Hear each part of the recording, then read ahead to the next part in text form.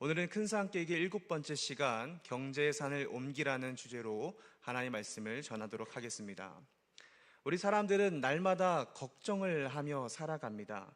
때로는 때에 따라서 여러 가지 상황 가운데 걱정을 하며 살아가죠. 그래서 각 사람마다 가지고 있는 걱정들이 너무나 다 다릅니다. 어떤 분들은 가족에 대한 걱정일 수도 있고, 어떤 분들은 지금 내가 있는 직장, 또 내가 들어가야 할 직장, 나의 미래에 대해서 걱정하시는 분들이 있고, 또는 내가 속한 공동체 가운데 관계에 대한 걱정을 가지신 분들도 있습니다. 그런데 모든 이들이 걱정하는 것이 하나 있습니다. 그것은 바로 돈 걱정입니다. 어릴 때부터 죽어 늙을 때까지 계속하는 걱정이 이 돈 걱정이라고 합니다. 아이들도 자신이 먹고 싶은 것이 있으면은 먹고 싶지만 돈이 없기 때문에 걱정하기도 하고, 하고 싶은 것이 너무나 많지만 돈이 없어서 하지 못하기에 걱정하기도 합니다. 그리고 어른이 되면 아무리 돈을 벌어도 돈 나갈 때가 너무나 많다 보니 걱정하기도 하고, 또 아프신 분들은 치료비가 걱정되기도 하고, 또 은퇴 이후의 삶을 또 계획을 하면서 그것에 대한 돈 걱정을 하기도 합니다. 이 돈이라는 것이 사람을 얼마나 쥐락펴락하는지 모릅니다. 제가 만약에 길을 걸어가다가 500원짜리를 하나 줍는다면 저는 기쁠 것입니다. 근데 제 주머니에 500원짜리가 하나 사라진다면 작은 돈이지만 그 돈으로 저는 슬픔을 겪게 될 것입니다. 심지어는 성경은 이 돈이 하나님과의 대척점에 있다라고 말씀하고 있습니다. 우리는 하나님의 가장 큰 대적을 마귀라고 생각하고 그렇게 알고 있지만, 오늘 성경은 우리에게 이렇게 말합니다. 너희가 하나님과 재물을 겸하여 섬기지 못한다. 여러분, 하나님과 사단을 겸하여 섬기지 못한다도 아니라 하나님과 재물을 겸하여 섬기지 못한다라고 말합니다. 곧 하나님과 이 재물이라는 것을 같은 선상에 두고 있습니다. 곧 하나님의 가장 강력한 라이벌은 이 재물이라는 것입니다. 심지어는 우리의 신앙생활의 근본적인 이유가 이곳에 있기도 합니다. 우리가 하나님께 기도하고 열심히 신앙생활을 하는 그 이유도 근본적으로 우리가 하나님 안에서 재물을 쌓고 잘 되기를 바라는 그러한 열망이 우리 가운데 있는 것이죠. 지난주에 제가 말레이시아 가서 난민촌에 가서 구호물품을 드리고 기도를 해드리는 사역을 하고 왔습니다. 그런데 그곳에 가면은 꼭 기도 제목을 물어보았습니다. 제가 현지 말을 하지 못하지만 영어로 말을 하면은 그 난민학교 아이들이 통역을 해줘서 저에게 그 기도 제목을 가르쳐 주었습니다. 그런데 대부분의 기도의 제목은 지금 내가 갖고 있는 질병이 치유되었으면 좋겠다. 그리고 마지막은 내가 잘 살았으면 좋겠다. 우리 집이 돈이 많았으면 좋겠다라는 기도의 제목을 많이들 내는 거였습니다. 어떤 분들은 다 아무것도 필요 없고 오직 돈만 있으면 된다, 머니만 있으면 된다라고 말하시는 분들도 있었습니다. 물론 그들은 전쟁 난민이고 홍수로 인해 피해가 막심하니 그들에게 당연히 재물이 필요할 수도 있습니다. 그러나 그들과 우리도 마찬가지입니다. 우리는 말로는, 마음으로는 나는 재물 정도는 괜찮아, 필요 없어, 나는 하나님이 더 우선이야 라고 말하기도 하지만 우리 마음 깊은 속에는 뭔가 그 물질을 향하는 열망들이 다 가지고 있습니다. 단지 그것을 우리가 좋은 언어로 포장하거나 신앙적인 말로 바꾸어 표현하는 것이죠. 그렇다면 이 재물은 나쁜 것일까요? 재물을 우리가 소유해서는 안 되는 그런 나쁜 죄에 해당할까요? 아닙니다. 우리는 마땅히 하나님께 우리의 필요들을 구할 수 있고 필요한 것들을 공급하시는 하나님께 나아가 요구할 수 있습니다. 다만 문제는 그 재물을 사용하는 우리의 방법이 잘못된 것입니다. 재물 자체가 나쁜 것이 아니라 그 재물의 산이 우리 눈앞에 높이 쏟아져서 하나님께로 나아가지 못하게 하는 것이 문제인 것이죠. 성경은 이 재물에 대해서 우리의 이해를 뛰어넘는 다른 차원으로 말을 하고 있습니다. 곧 재물을 하나님의 방법대로 잘 사용하고 있는가, 아니면 재물을 내 마음과 내 뜻, 세상의 방법대로 사용하고 있는가에 대해서 가르쳐 줍니다. 그렇다면 성경이 우리에게 말하고 있는 재물 사용 원칙은 무엇일까요? 우리가 어떻게 하면 하나님과 대척점에 있는 그 재물의 산을 우리가 옮길 수 있을까요?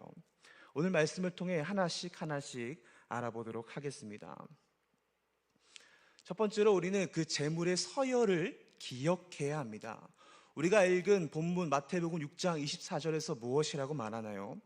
한 사람이 두 주인을 섬기지 못할 것이니 혹 이를 미워하고 저를 사랑하거나 혹 이를 중히 여기고 저를 경히 여김이라. 너희가 하나님과 재물을 겸하여 섬기지 못하느니라. 한 하인이 종이 두 주인을 섬기지 못한다라고 말합니다. 사람은 한 주인만을 섬길 수 있다라고 말을 하죠. 하지만 오늘날을 살아가는 우리들에게는 여러 명의 상사들이 있고 또 우리의 삶을 쥐락펴락하는 사람들이 있기 때문에 이 말씀이 잘 이해가 되지 않을 수도 있습니다. 이 당시 고대 사회에서는 종은 누군가에게 고용을 당한 그러한 사람이 아닙니다. 종은 그 주인의 재산이었습니다. 종은 내가 저 주인 밑에서 일을 할지 아니면 저 다른 주인에서 밑에서 일을 할지 결정할 수 있는 결정권이 없었습니다. 한 주인 밑에 있어야 하는 재물에 해당했습니다. 오직 종에게는 한 길밖에 없는 것이죠.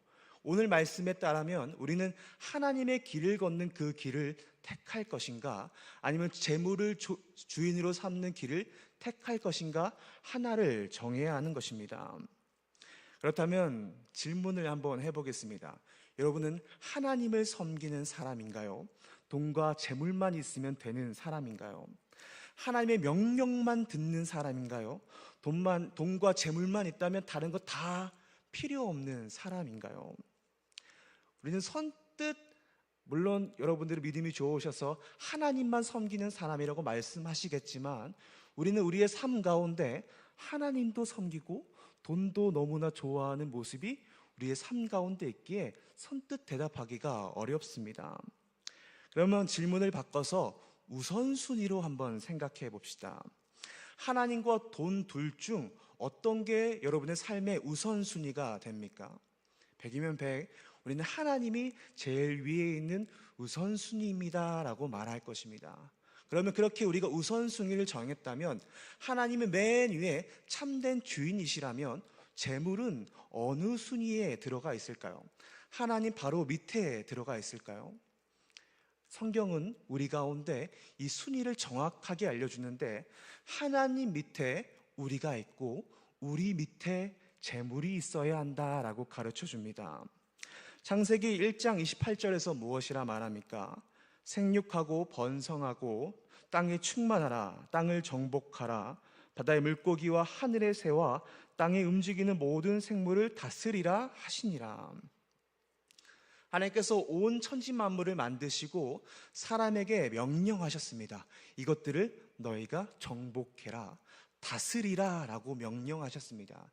이것을 문화 명령이라고 하는데 당시 이 재물도 이 가운데 포함된다라고 말할 수 있습니다. 당시에는 이 화폐 개념이 없었기 때문에 내가 가지고 있는 동실물들이 나의 재산이었습니다. 재산이라는 관점에서 우리는 이 명령을 다시 한번 이렇게 생각할 수 있습니다.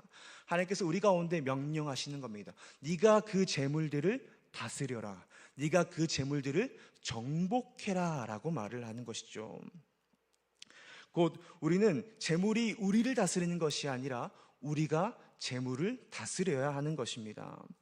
재물 때문에 우리의 마음이 흔들려서는 안 되고 돈 때문에 걱정하고 근심하는 마음이 우리 가운데 있어서는 안 됩니다.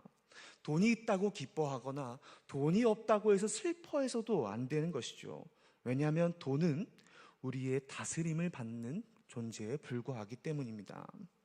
하나님께서 우리를 자녀 삼으시고 우리에게 돈을 주시면서 재물을 주시면서 이것을 다스리라고 우리를 청지기 삼아 주셨습니다.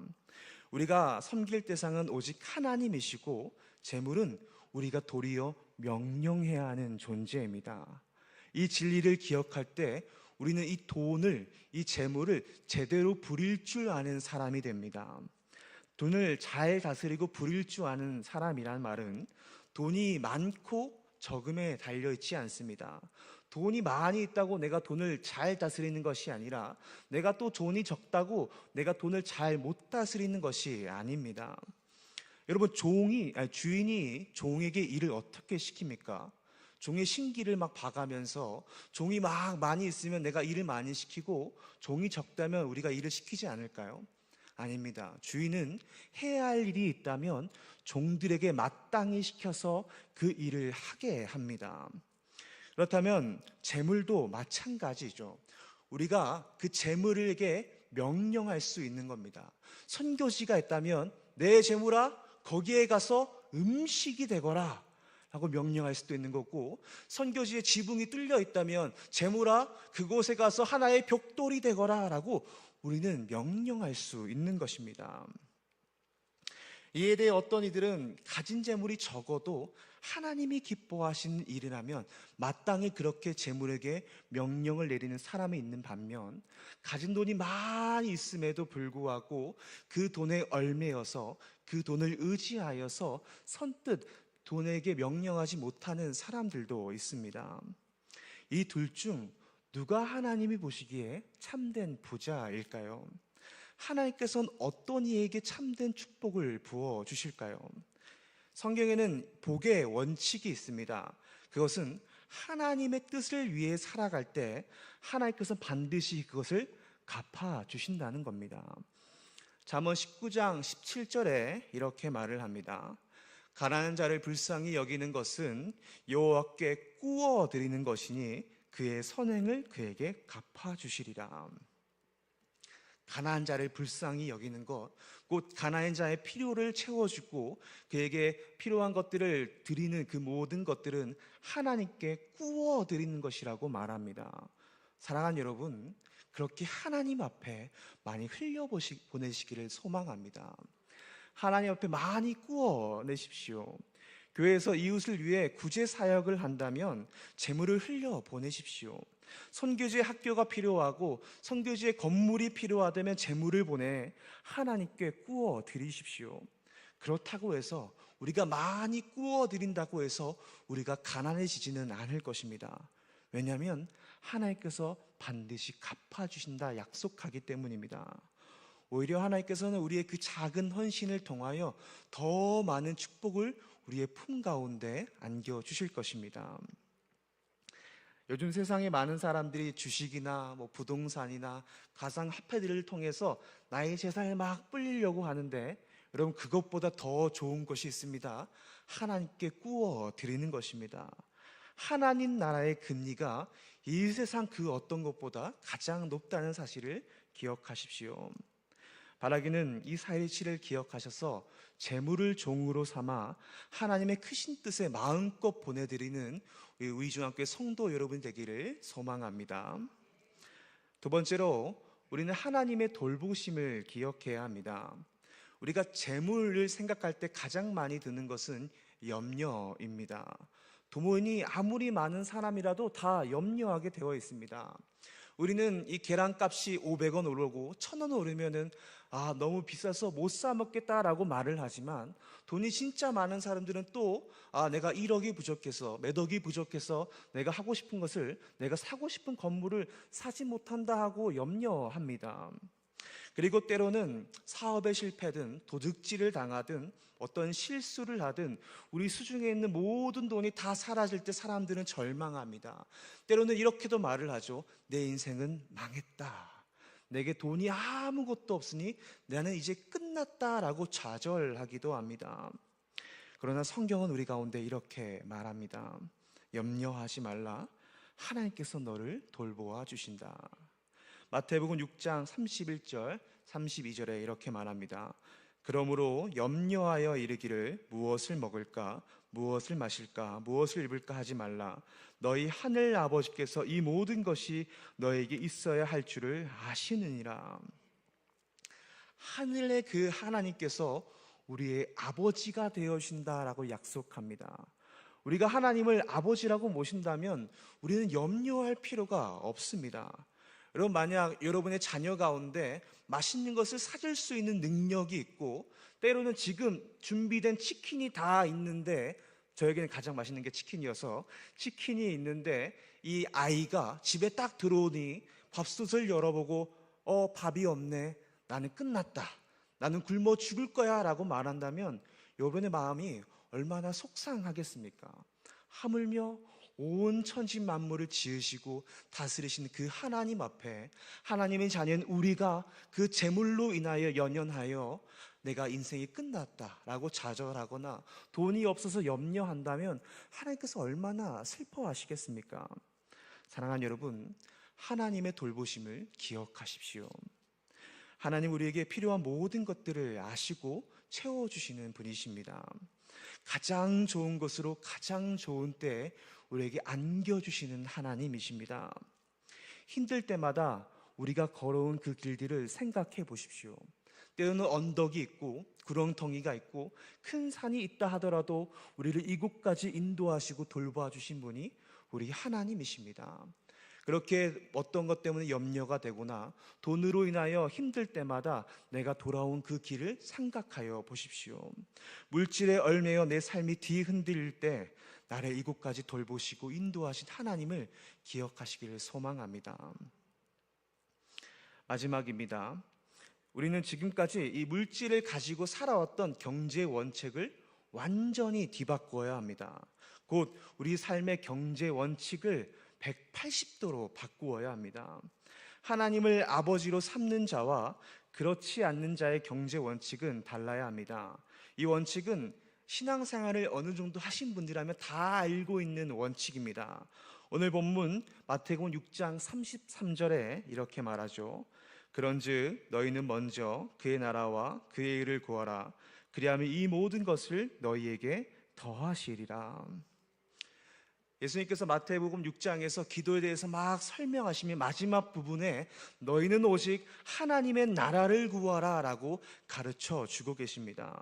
곧 이제껏 내가 이 돈을 나의 나라를 위하여 나의 나라를 확장시키기 위하여 사용하였다면 이제는 방향을 완전히 바꿔서 하나님 나라를 위하여 사용하고 하나님 나라를 위하여 벌어야 한다는 말씀입니다. 곧 우리가 가졌던 경제 원칙은 우리가 어렸을 때부터 세상으로부터 배워왔던 그 경제 원칙입니다. 나를 위해 돈을 벌고 나를 위해 돈을 쓴다. 그런데 주의 말씀으로 이것의 이정표를 완전히 바꿔버리는 겁니다. 하나님 나라를 위해 돈을 벌고 하나님을 위하여 돈을 쓴다고 말입니다. 경제의 원칙의 목적을 완전히 바꾸는 것이죠. 하나님 나라를 위하여 나의 자세를 바꾸어야 합니다. 예를 들면 어떤 이들은 사업이 잘 되고 사업이 확정되고 내 장사가 잘 되고 내 일이 잘 되면 노 저을 때 노를 저어야지 하면서 하나님께 집중하기보다는 지금 이 재물에 집중하는 경우가 많습니다. 그래서 2호점을 내야지, 내가 이또 더 땡겨서 더 나의 몸을 써서 사용해야지 하면서 그렇게 재물에 관심을 두기도 합니다. 하지만 하나님 나라의 유익과 확정이 우선시 된다면 그것이 우리 가운데 생겼을 때 이것을 통해 하나님께 어떻게 사용할 수 있을까? 하나님 나라의 확장을 위해 내가 이 돈을, 이 재물을 어떻게 사용할 수 있을까 고민하게 되는 것이죠. 물론 사업을 확장시키지 말고 일도 대충 하고 회사 일을 하지 말라는 말이 아닙니다. 모든 경제적인 일에 하나님 나라가, 하나님이 우선시 되어야 한다는 말씀입니다. 하나님 나라를 위한 경제 원칙으로 우리가 바꾼다고 해서 우리가 세상에 있는 사람들보다 못 사는 것이 아닙니다. 하나님께서는 우리의 생각보다 더 넘치도록 부으시는 하나님이십니다. 에베소서 3장 20절에 이렇게 말씀합니다. 우리 함께 읽어보겠습니다. 시작.